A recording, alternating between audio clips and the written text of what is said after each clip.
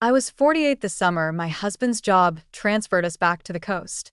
Not the flashy beach towns or sleek, glass-lined condos you see in magazines. No, this was the quieter kind of coastal town.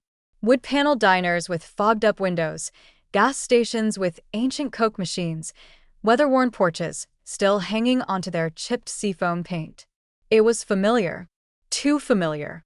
I hadn't been back in nearly 20 years, not since Mom remarried and sold the family house.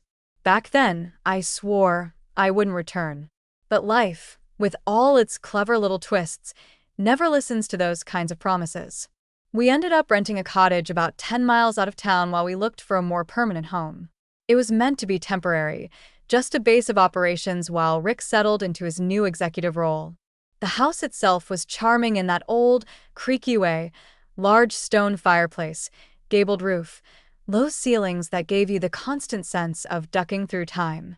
I filled the pantry, fluffed the linen, lit lavender candles in the bathroom, and told myself I was happy. And then my mother called. "I told Devon you were in town," she said too casually over the phone, that practiced innocence in her voice. I froze at the kitchen counter, still holding a wet dish towel. "Devon. Your stepbrother, remember?" As if I could forget. I hadn't seen Devon since I was 26.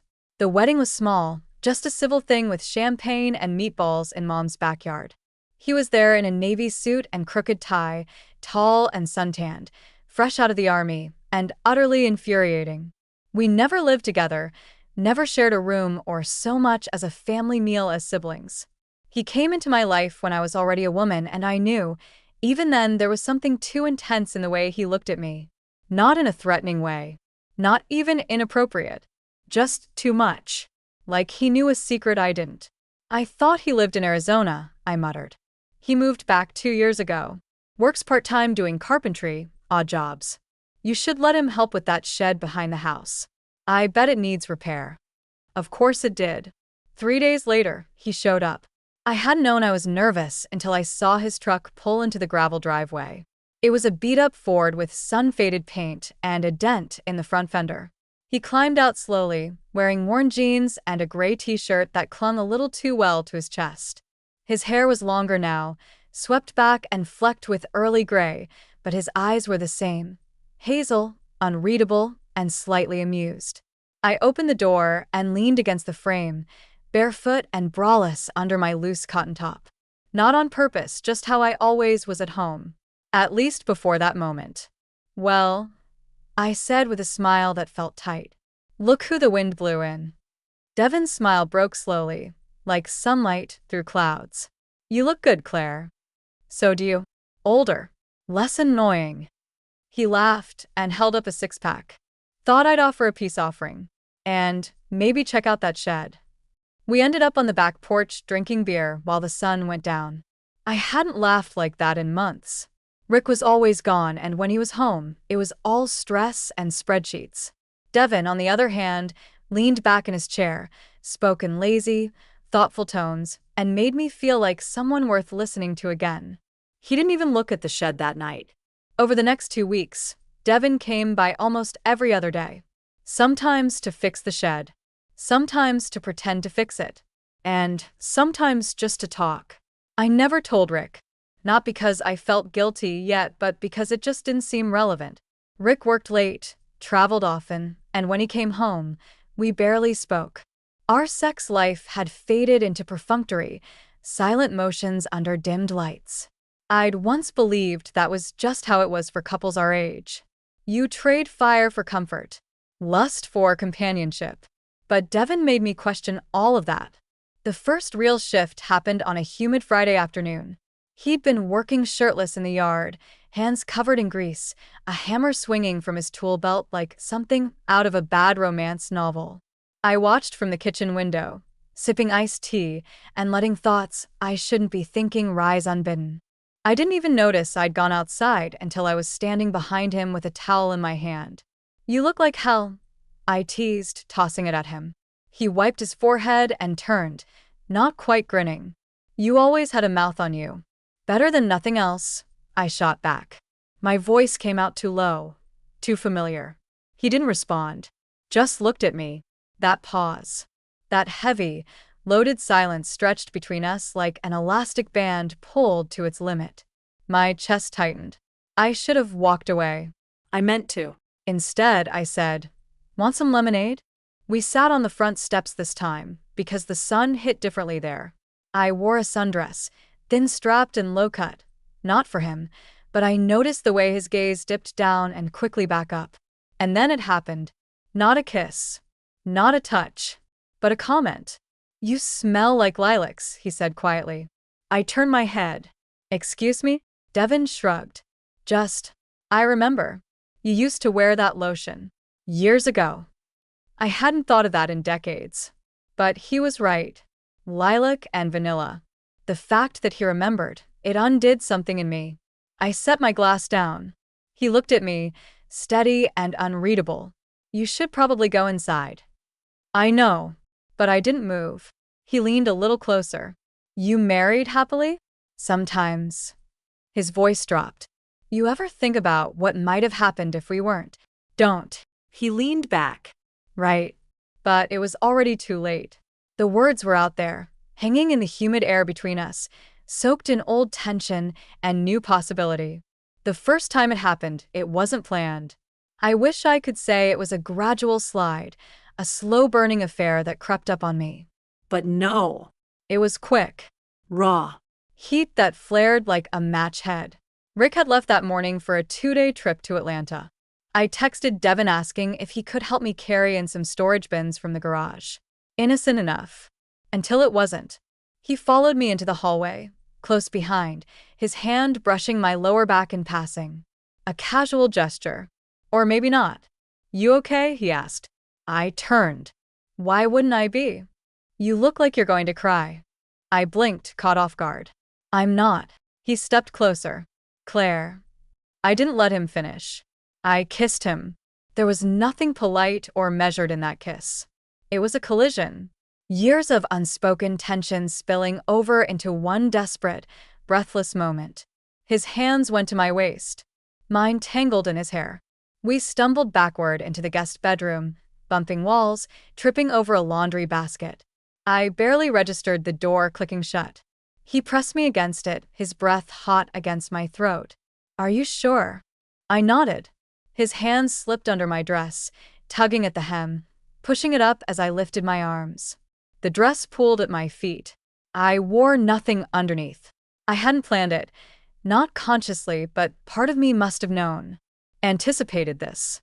When he sank to his knees, kissing my belly, my thighs, I let out a sound I hadn't made in years. A moan from deep in my chest, animal and urgent.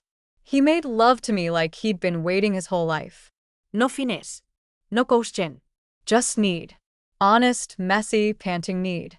And when I came, shuddering, gasping, biting my knuckle, I remembered who I was before I became Rick's wife. Before the bills and the to-do lists and the middle-of-the-night silences. I remembered the woman I'd been when I still felt wanted. Afterward, we lay tangled on the old guest bed, neither of us speaking. Just the sound of our breath. The slow thud of our hearts. I turned my head to look at him. I can't believe I just did that. He reached over and tucked a strand of hair behind my ear. I didn't sleep that night. Devon had left just before sunset, quietly, slipping out the back door like he hadn't just undone a decade of my carefully constructed marriage with one afternoon's worth of heat and hunger. I sat alone in the guest room afterward, still naked, wrapped in an old throw blanket. I stared at the rumpled sheets, the indentation his body left behind. I pressed my palm there. It was still warm. It wasn't guilt I felt. Not yet. It was something more dangerous, satisfaction. The kind that hummed through your limbs like electricity after a thunderstorm. The kind that whispered, "You're still alive." Rick called from his hotel that night. He was tired, distracted, and his voice sounded as far away emotionally as he was geographically. "Everything okay at the house?" he asked. "Yeah," I said softly, eyes drifting over to the closed door of the guest room. Quiet day. The next time wasn't an accident. We didn't pretend it was. He came over late on a Tuesday evening.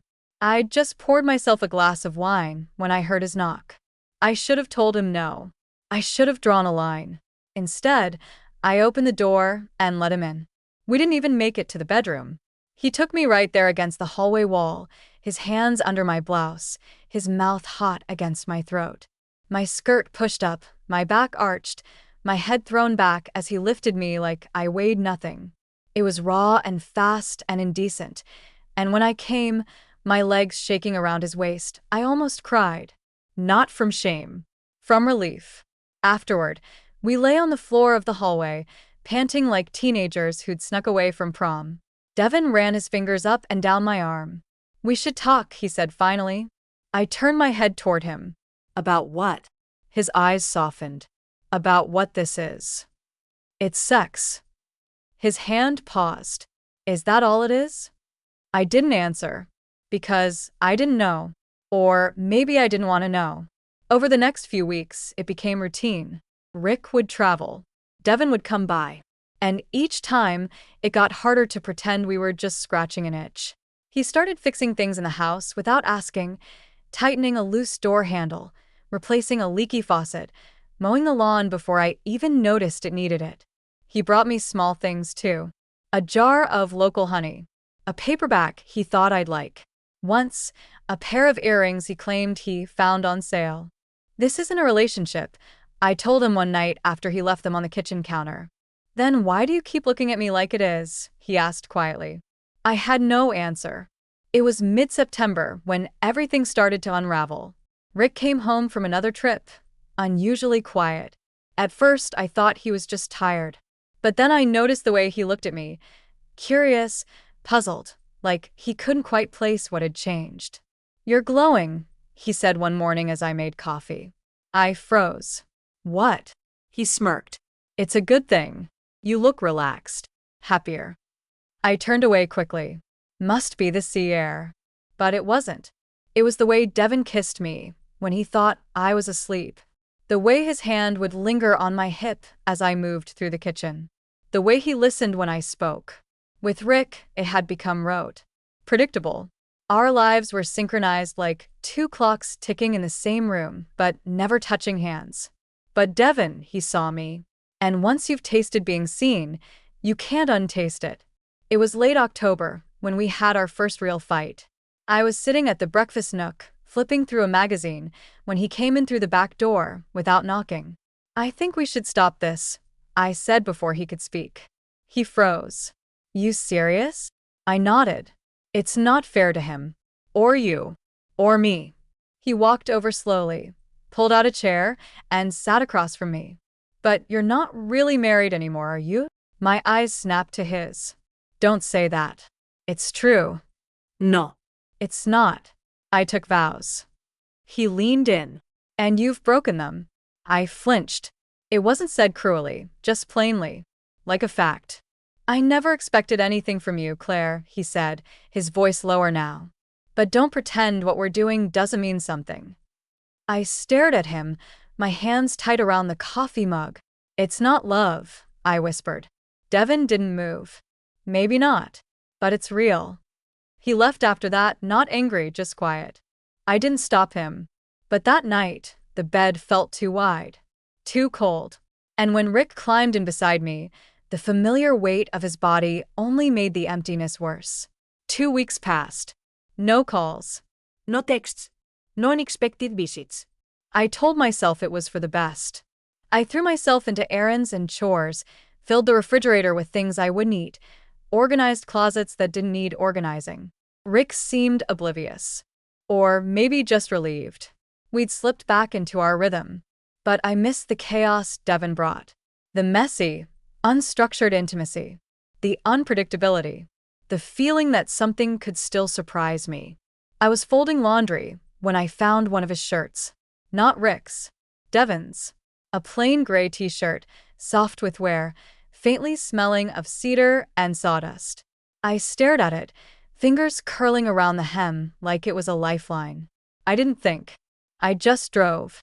He lived in a small house at the edge of town, an old cottage with ivy-covered brick and a porch that leaned slightly to the left.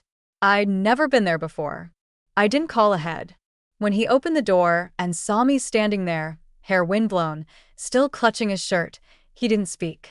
Just stepped aside and let me in.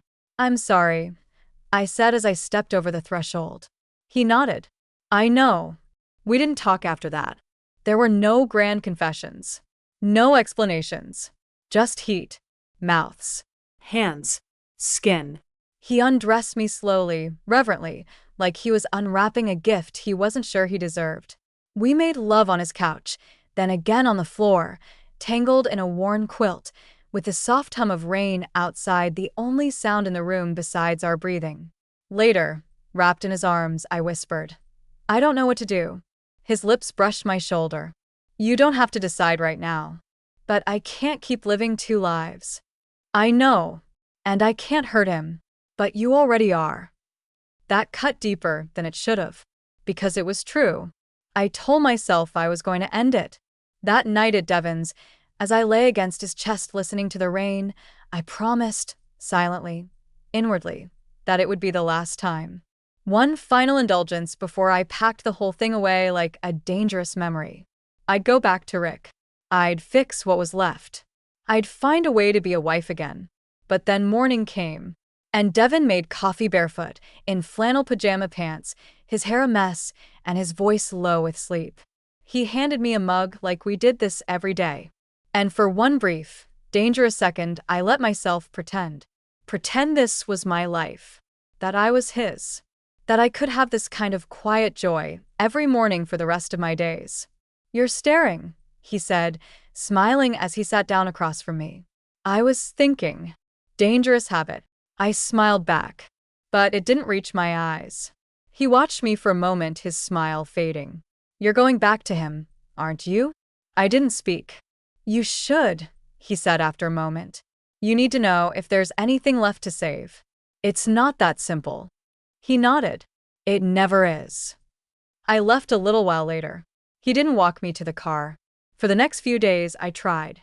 I cooked dinner more often. Wore a little lipstick when Rick came home. Initiated sex once, more out of obligation than desire. It felt mechanical, like playing an old melody I no longer remembered the notes to. He didn't notice. Or maybe he did, and didn't want to face it. He asked me about my day over dinner, nodded at all the right moments, even brought home flowers on a random Wednesday. White roses. My least favorite. But he didn't remember that. It wasn't Rick's fault, not really. He was a good man. Loyal. Steady. The kind of man you build a life with. But somewhere along the way, I'd stopped being in my life. I was just performing it. It was a Sunday afternoon when things shifted again. We were supposed to go to a neighborhood cookout. Rick was out back tinkering with the grill, and I was upstairs, getting dressed, staring into the closet like the right blouse might fix everything. Then my phone buzzed. One new message, Devon. You don't have to pretend with me. If you want me, come. I'll be here. I stared at the screen, heart thudding. One sentence. That's all it took to break me again. I never made it to the cookout. I told Rick I had a migraine. He nodded, concerned but distracted, already flipping steaks. He didn't question when I kissed his cheek and said I needed a nap. I drove barefoot, my dress still half-zipped, windows down, hair wild in the wind. I don't know what came over me. All I knew was I needed to be seen again. Touched. Felt. I needed to not feel like I was disappearing in my own skin. Devon opened the door with no surprise on his face. He just stepped back and let me fall into him. I kissed him before we spoke. Long and hard, my fingers in his hair, my body pressed against his like we hadn't already done this a dozen times. Like we hadn't tasted every part of each other already. But somehow, every time still felt new. Still felt forbidden. I shouldn't be here. I gasped against his mouth. I know, but I want to be. I know that, too. We didn't even make it to the bedroom. He lifted me onto the kitchen counter, shoved aside a bowl of fruit and a stack of mail. My dress bunched around my waist. He kissed down my throat, down my chest, and I moaned so loudly, I startled myself. When he entered me, I clutched his shoulders like he was the only solid thing left in the world.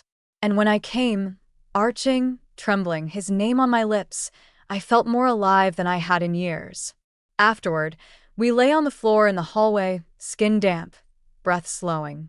"This can't keep happening," I whispered. Devon didn't answer. So I said it again, louder. He rolled onto his side to look at me, then stopped coming. That hurt more than I expected. "I don't want to stop," I admitted, staring at the ceiling. "But I hate myself when I leave you." He reached for my hand, laced our fingers together. "Then don't leave." I turned to him. "What are you saying?" He was quiet for a long time. "Maybe it's not just sex anymore." It wasn't. We both knew it.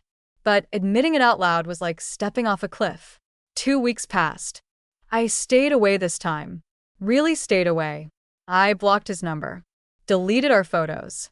I even made an appointment with a therapist, told Rick I was feeling off and needed someone to talk to. He didn't question it. But Devon's presence lingered like perfume on my sheets. In the quiet moments, I'd see something. An old truck on the road, a man in a flannel shirt, a half-finished wooden chair at a roadside yard sale, and it would hit me like a punch in the chest. I missed him. Not just the sex. Not just the escape. Him. His laugh. His quiet wisdom. The way he looked at me like I was still worth desiring.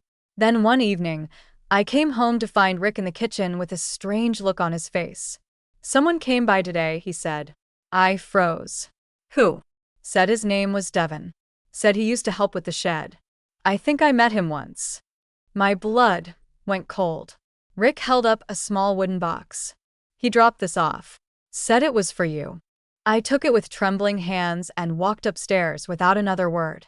Inside the box was a single silver ring. Delicate, feminine, simple.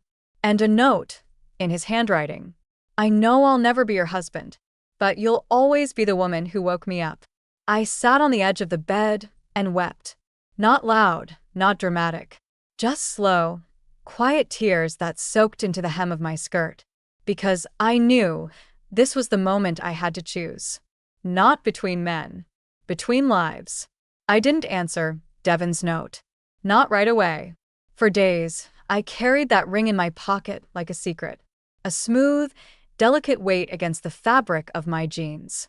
When Rick kissed me goodnight, when I folded towels, when I opened the fridge to start dinner, my fingers would brush against it. And I'd pause. Just for a second. Heart thudding. I thought time might help. That space would dull the edges. But the truth is, absence only sharpened things. It made the reality of what I'd lost clearer. The way my body still reacted to the memory of his hands. The way my chest ached not for what was, but for what could have been. Rick never asked again about Devon. Never mentioned the box or the look on my face when I opened it. That was his style, quiet avoidance. It was the glue that had kept us together all these years. But the glue was cracking. We were living parallel lives, each day a mirror of the last. Comfortable, predictable, loveless. I decided to tell him on a Wednesday. There was nothing special about the day. Maybe that's why it felt right. Affairs, I realized, don't destroy marriages. Silence does. I waited until after dinner. He was rinsing his plate. I was drying mine. I set down the towel and said, quietly, "I need to talk to you." He looked up. Not surprised. Just tired. "I've been seeing someone," I said. He didn't speak for a long time. Just turned off the faucet, dried his hands, and sat down at the kitchen table. "How long?" he asked finally. "Almost a year." He blinked slowly. "Do I know him?" "Yes." A pause. "Then, the guy who built the shed." I nodded. Rick didn't yell.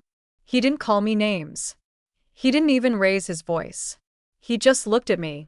Really looked at me. And for the first time in years, I think he saw me. Not the wife. Not the cook. Not the woman who ironed his shirts and remembered his mother's birthday. Just me. "What do you want, Claire?"